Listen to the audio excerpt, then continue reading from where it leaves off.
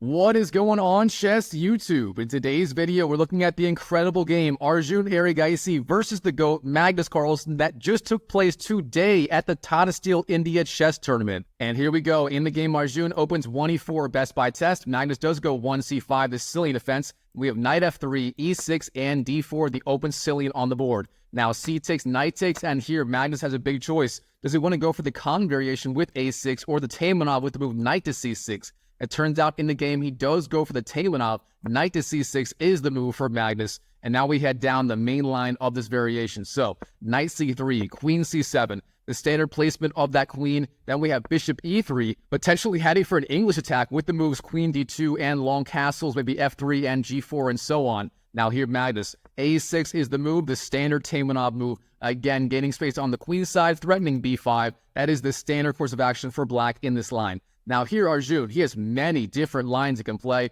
For example, queen d2 immediately is good, f3 is fine, and beyond that, ideas like bishop d3 and even the immediate g4, a pawn sacrifice line, those lines are all playable. But instead in the game, he does play the move a3, and this is a very tricky move. The idea being, this is a prophylactic move against a future b5 advance from Magnus on the queen side. Of course, if Magnus does go b5, then this move a3 is quite useful, guarding that b4 square and preventing b4 ideas, knocking off that knight on c3. And beyond that, white is also not committing his other pieces. He may even go for ideas like f4 and e5, expanding in the center, depending on what black does here. All right, now Magnus, in this position, he has many different playable lines. For example, b5 is perhaps the strongest move here for black, the typical Taimanov move. But beyond that, lines like knight to f6 and even h5 are all playable. Now, instead in the game, Magnus, he does trade on d4. Knight takes d4 is the move, trading off one pair of knights. A very fine idea. Now here, Arjun, he has a choice. He can recapture with the queen. Queen takes d4, or bishop takes d4,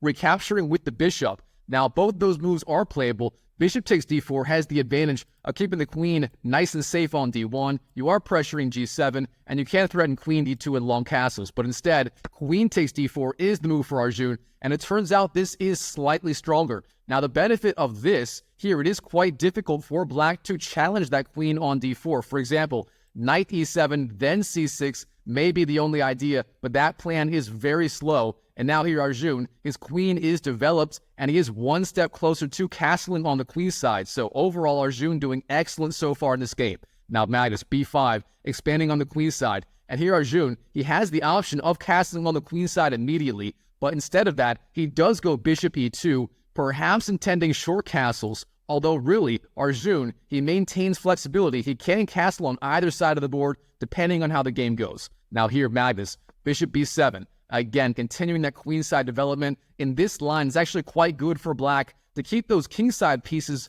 on their original squares. And here's why. If you get that dark squared bishop out into the game, then that pawn on g7 will hang. For example, bishop c5 could be met by queen takes g7. That would be no good. And knight to f6, on the other hand, that could be met by an e5 advance. And again, that would be very awkward for black. So with that in mind here, Magnus, his plan is simple. Bishop b7, rook c8, maybe getting counterplay on the queen side and then deciding what to do with his king side pieces. Now here, Arjun, as discussed, he can castle on the king side or the queen side. In the game, he actually castles long.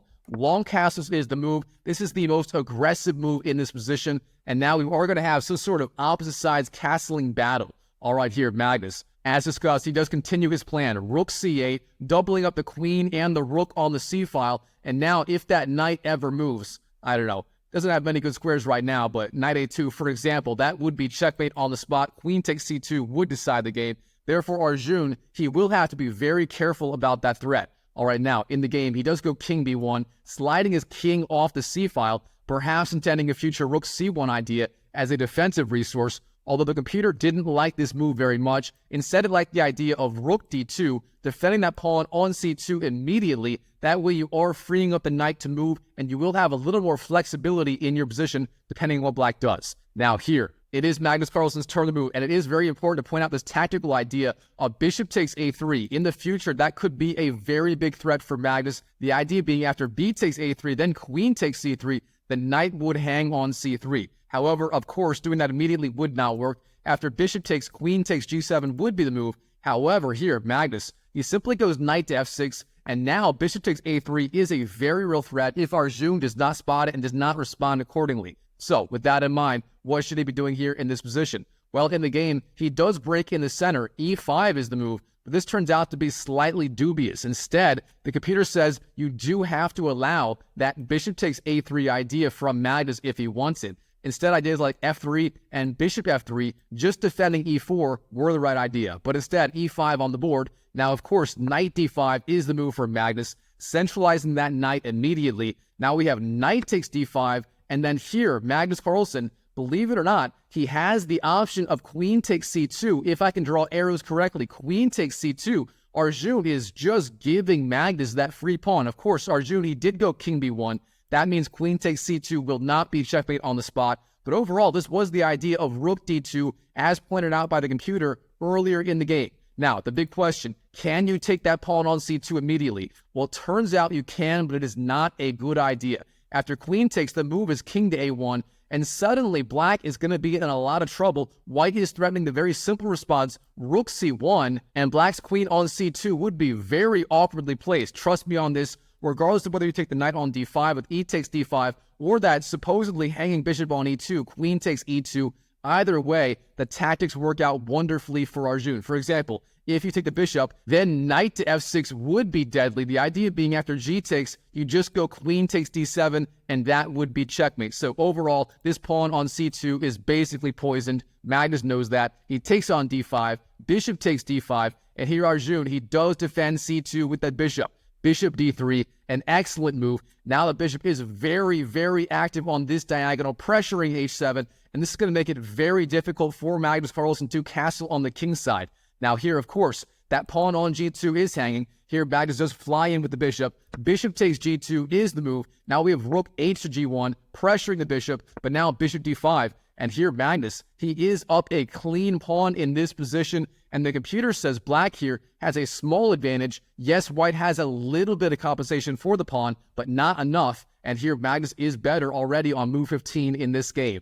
All right, Arjun, he expands on the king side, h4, getting that alpha 0 pawn into the game. Probably the best attacking idea in this position. And of course, the idea being threatening h5 and h6. That would force out further weaknesses in the black camp. And beyond that, here, Magnus, he can't develop that bishop yet. For example, bishop b7 would be met by rook takes g7. That would be excellent for Arjun. So with that in mind here, Magnus, he does go g6, defending his king side a little bit. And now he can go bishop e7 or g7 and castle if he wants to. But again, this will be very, very dangerous. Now here, Arjun, queen to f4, increasing the pressure on the king side, lining up that queen with f7.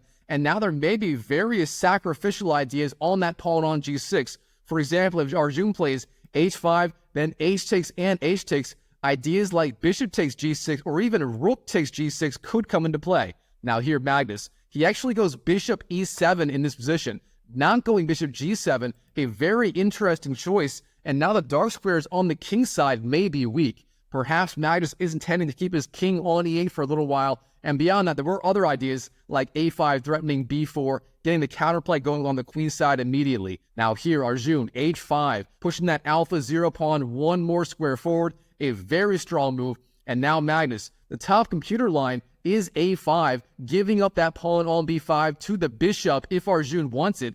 But instead, he does play a defensive move, rook to f8, defending f7 in advance. And one of the ideas of this move, if white does go h takes g6, then after h takes, ideas like bishop takes g6 are suddenly less attractive, as after f takes g6, the rook would be attacking the queen with tempo. So overall, a very fine defensive move by Magnus. Now here, Arjun, in the game, he does play the move bishop d4, a decent move, defending e5 with the bishop. Now the queen is free to move, say, queen to h6 takes h7 could be a threat, but overall Magnus, he is not phased. He just goes queen b7, threatening a5, then b4, getting his attack going on the queen side in this Taimanov Sicilian. All right, now Arjun, this is a very critical point in the game. The computer says Arjun is quite a bit worse here, and he does have to play defensively. So with that in mind, the computer likes the idea of queen to e3, queen d2, maybe rook c1, and so on. But instead, Arjun, he plays sort of an offensive-defensive move. Rook to g3, the rook lift on the third rank. A very interesting idea. Of course, the rook can indirectly defend the queenside now. If that light-squared bishop moves, it would defend these squares on the third rank. But overall, this was not the computer's top choice. And here, Magnus, he finally goes for it on the queenside with the move b4, immediately breaking with that pawn, going after that hook on the a3 square. Now here, Arjun, how will he defend? In the game, he does take on b4. A takes b4, and then queen takes for Magnus. Now here, the problem with this sequence for Magnus, not the problem, but the drawback, is the pawn on a6 is now hanging. Arjun has the option of regaining his lost pawn, that being the lost pawn on g2 that he lost earlier in the game. And here he does take that pawn. Bishop takes a6 is the move, but now Magnus, in return, he gets the open files on the a file and the b file to attack with, plus the c file that he had since move 3 of the game. Now here, Magnus, he has a choice. Rook b8 and rook a8 are both playable. It turns out rook to a8 is the stronger idea, capitalizing on the new open a file, pressuring that bishop, but instead he does go rook to b8, potentially threatening checkmating ideas on b2 in the future if that bishop does move. Now here, Arjun, bishop e2, retreats the bishop, perhaps the best idea. That bishop was very vulnerable on a6. It was not doing anything productive, therefore he does just retreat that bishop. Now here, Magnus, rook to a8, very curious, perhaps admitting his mistake of going rook b8 first, or perhaps Magnus has some idea that I just can't figure out. Either way, the rook is on a8. He is threatening ideas like queen to a5, then queen to a1 checkmate. Things are getting dangerous for Arjun. Now here, Arjun, b3 is the move. Defending the a1 square with the bishop is solid choice, but now Magnus, queen to a5, threatening queen to a2 all the same. Now here, Arjun, bishop b2, retreats the bishop, guarding a1 again. Black does have the option of queen to a2 check, and that was played in the game. However, it's not so dangerous yet. So, queen a2, then king c1 on the board for Arjun, and now Magnus. How does he want to continue the attack? Well, it turns out the computer likes the idea of bolstering the king side before continuing with the queen side play. So with that in mind, the right sequence, according to the engine, is g5, knocking back the bishop, or the queen, sorry, and after, say, queen to e3, then h5, getting those pawns on dark squares where it's very hard to attack them. That is the top engine idea, but instead in the game, rook c8 was played by Magnus, a more aggressive move, but this gives Arjun time to counterattack on either the queen side or the king side. And in the game, he does, believe it or not, gain space on the queen side with the move c4. Now, this is not a move you typically want to make in these opposite sides castling positions. That pawn on c4 is very vulnerable, and of course, it is pinned to the king on c1. That means c takes d5 is not a real threat yet.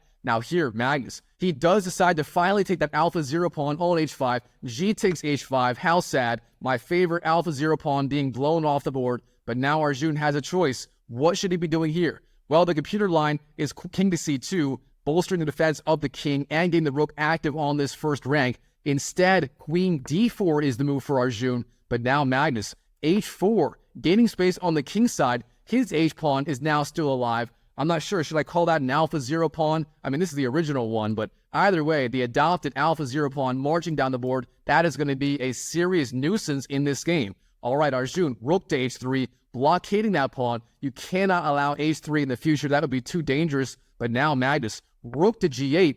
His rook is finally active on the g file. His king is stuck on e8, but it turns out e8 is the best placement for the king. And now look at this. All of Magnus Carlsen's pieces are coordinating literally perfectly. The rooks on c8 and g8 slicing down his open files. The queen on a2, very active. The bishop on d5 cannot be taken, and it also pressures these light squares on the king side. The bishop on e7 supports h4, and of course, these pawns on the king side are threatening to march down the board. It's incredible how Magnus always seems to get these perfect positions where every single piece is doing its part. All right, now, Arjun, it is his turn to move. In the game, king c2 is the move, but now Magnus, queen to a8, a typical Magnus Carlsen move, retreating the queen back to the back rank, but reactivating it on a better diagonal. Now the threat is potentially bishop e4, and so on. All right, here, Arjun. Rook c3 is the move, but this turns out to be a fatal mistake. If you like puzzles, go and pause the video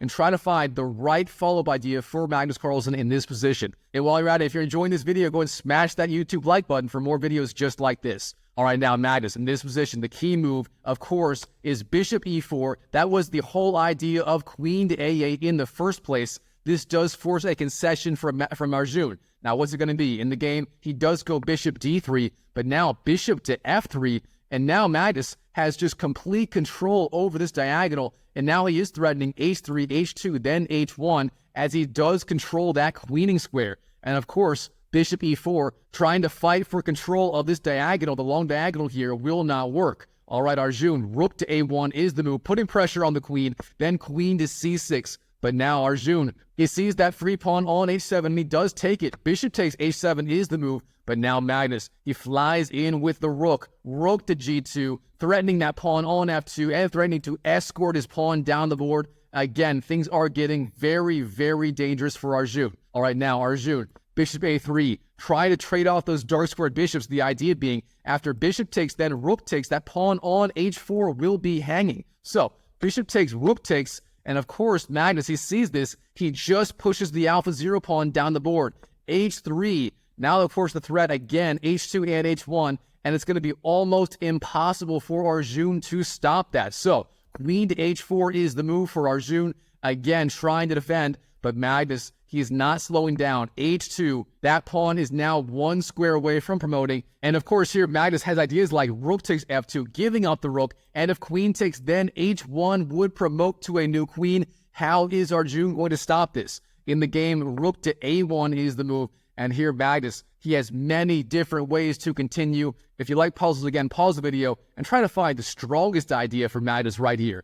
Well, it turns out the strongest move here is rook to a8, the deflection move. The idea being if rook takes, then you will have ideas like rook takes f2 and h1 promoting, or you can go slower and just play queen takes again, removing that rook from the defense of the first rank. Now here, Magnus, rook g1 is the move instead, a perfectly fine move. Magnus does maintain the advantage. And now here, Arjun, queen takes h2, finally wins that pawn on h2, but in the process, he does give up the rook on the a1 square. So rook takes a1, and here, Magnus Carlsen, he finds himself up almost an entire rook in this position. Arjun only has one pawn for compensation.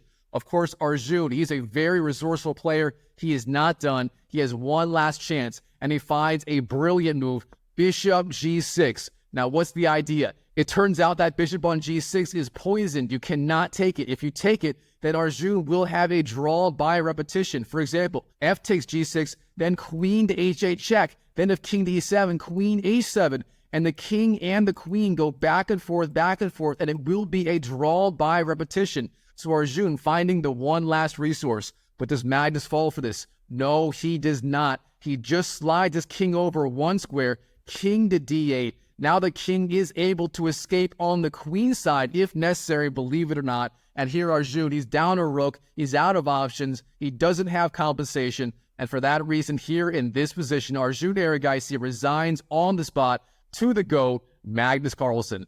Wow, what a game between Arjun Erigaisi and Magnus Carlsen at the 2024 Tata Steel India Chess Tournament. All right, Chess YouTube, I hope you enjoyed this video. If you did, smash that like button. And check out this video right here, where Arjun Erigaisi and Magnus Carlsen play yet another incredible game. This time it was at the FIDE World Team Championships. If you enjoyed this video, I'm sure you'll love that one as well. So check it out, and I'll see you in the next video.